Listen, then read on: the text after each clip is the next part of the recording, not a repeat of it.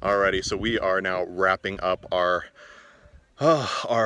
final day here in the Serengeti, heading to Ngorongoro Crater, which will then wrap up my 9 days with fed tours and safaris, who have been spectacular. Stuart has been amazing. We have seen so much. I mean, follow the photos. They tell the story. I've completely lost count of how many big cats we've seen.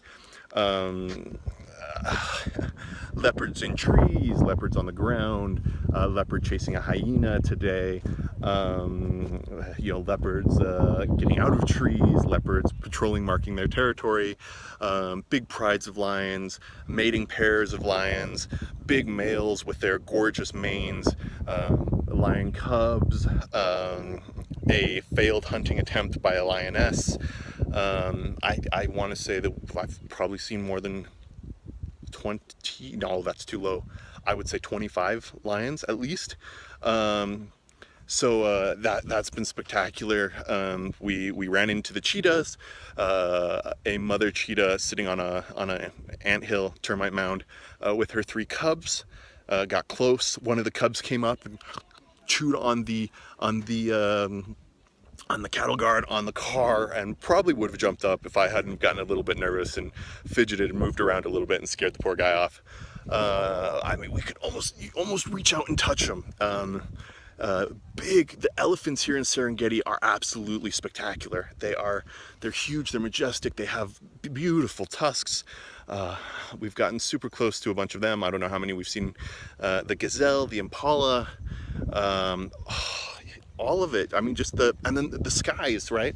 You can see behind me, but like the sunsets here, the skies here are spectacular. The clouds are super high because it's a high plain, and then the sunsets have just been amazing with these afternoon, not even light rains, but the rain is happening somewhere out there on the plains, so you can see that happening, and it just had the most amazing weather.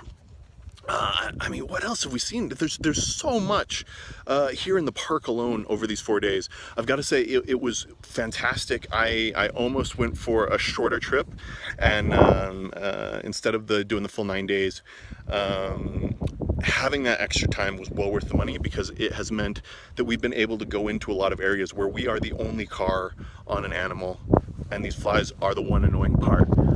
But we are the only car on a lot of these animals, and we can stay and spend a lot of time. There was a big pride of lions today.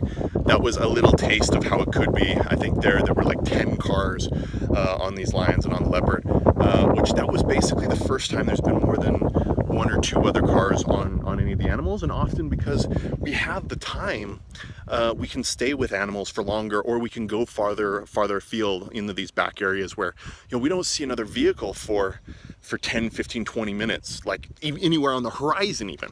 So that's been fantastic. Stuart has a fantastic knowledge base. He can read where the animals are going to be, and then how they're going to interact, how they're going to respond, how they're going to engage. So that's also, of course, been huge, because it means that we can get close to the animals. It means that I say, oh, I'd really like to see cheetahs. Boom, okay, we just drive, and as long as I trust him and don't get impatient and pull us off of something, then boom, we find them without fail. The other thing, of course, was the lions in the trees, which I've seen that, and I thought, oh my god, like there's no way I'm gonna see that or catch that.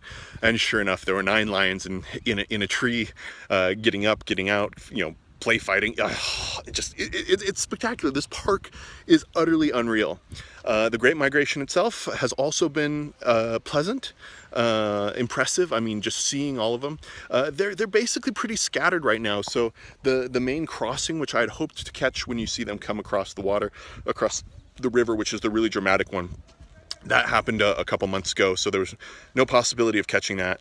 And then they haven't quite hit the southern fields, which is when they do all their calving and everything else. But that means that they're in transit through here, so all the other animals are really active. So in retrospect, even though, I mean, and we've definitely seen herds of, I don't know, 1,000, 2,000 wildebeest and zebra, which is amazing in and of itself.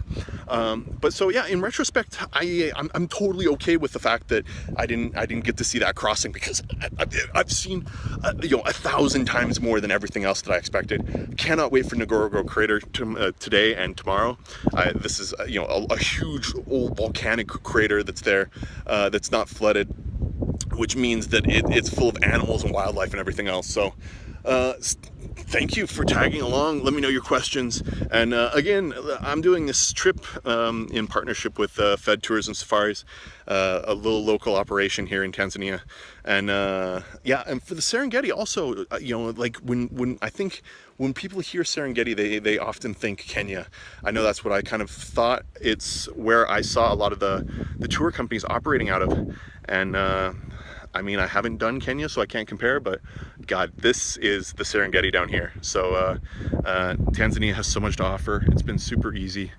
And I feel good. I mean, I'm in ship shape, gut and everything else is in good shape. So, all right, it's time for Ngorongoro.